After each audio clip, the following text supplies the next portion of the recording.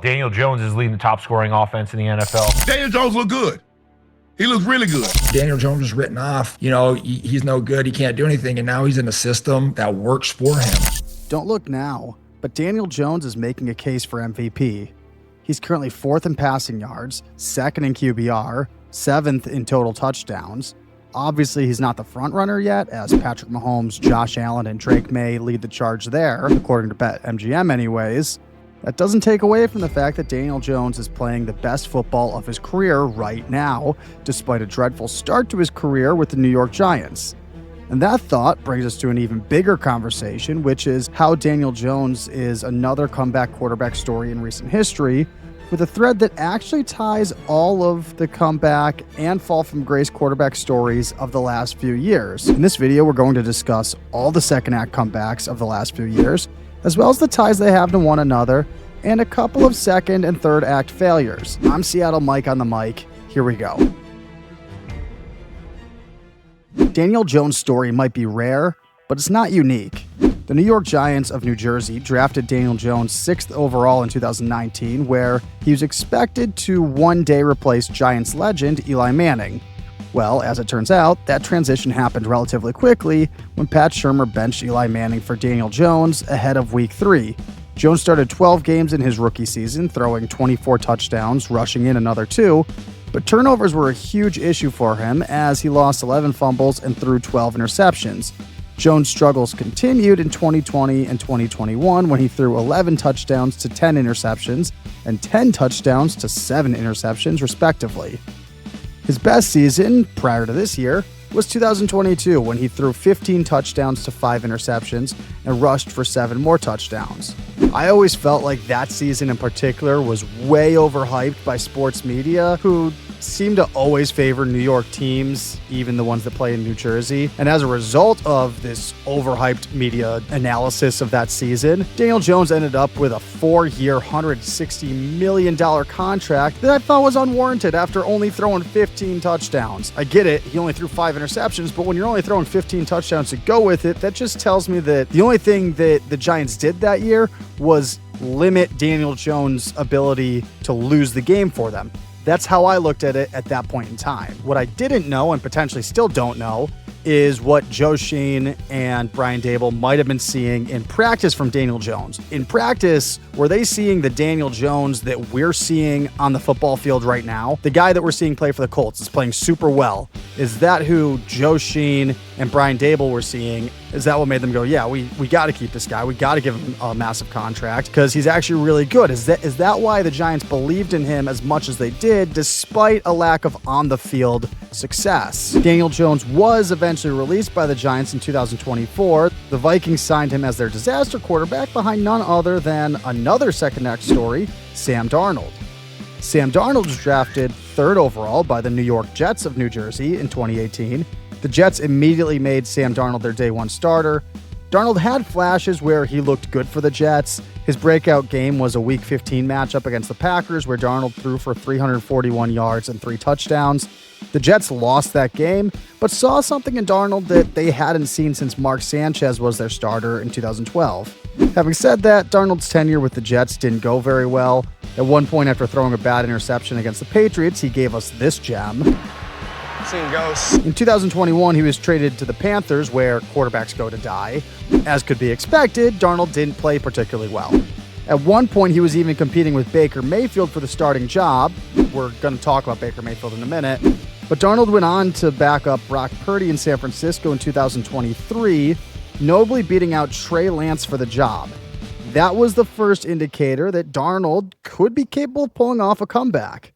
In 2024, Darnold signed with the Vikings, and for the record, when that happened, I made a video on this channel saying that I think that's a great idea. Now, what Sam Darnold did, which was brilliant, after leaving the Panthers, he went to San Francisco to go be a backup to Brock Purdy. He beat out Trey Lance for that backup job. He played sharp in the preseason. And now with the Minnesota Vikings, who do have a good offensive line, who do have a deep receiving core, I think that he's in his best position in a long time. This might be the best position he's ever been in. I was never out on Sam Darnold, and that turned out to be a brilliant idea when the Vikings did go ahead and draft J.J. McCarthy, but he got injured in the preseason with a season-ending injury.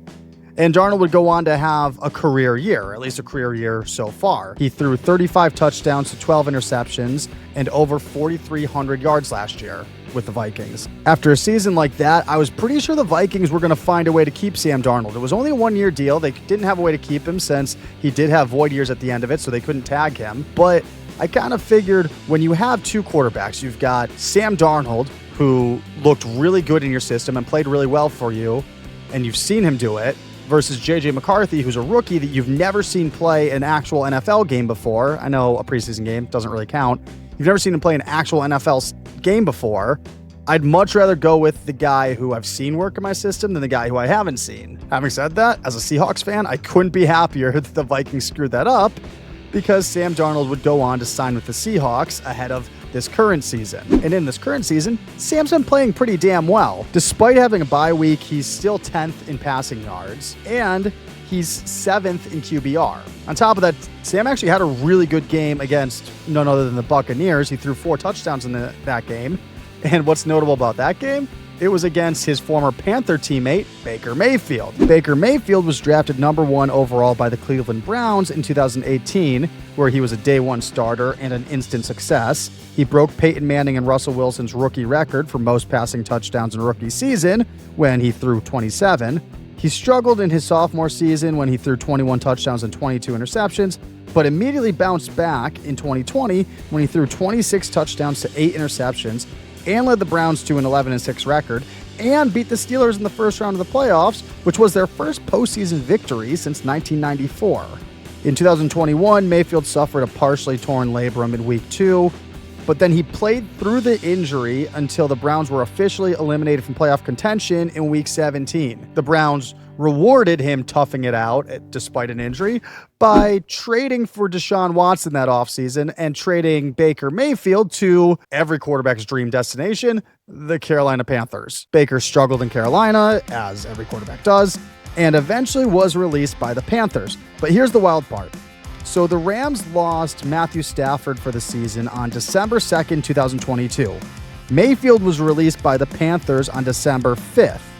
On December 8th, the Rams started John Wolford against the Raiders, but benched him after the first series and put Baker in the game, despite having only been with the team for about 2 days, one of which he was traveling to Los Angeles. Mayfield wound up leading the Rams on a game-winning drive in the fourth quarter, and in a video about second-half comebacks, I think that game alone exemplifies the second-half comeback better than any single game in NFL history. In 2023, Mayfield signed with the Tampa Bay Buccaneers and has had nothing but career seasons since then. He threw for a career-high 28 touchdowns in 2023 and then broke his own personal best again with 41 touchdowns in 2024.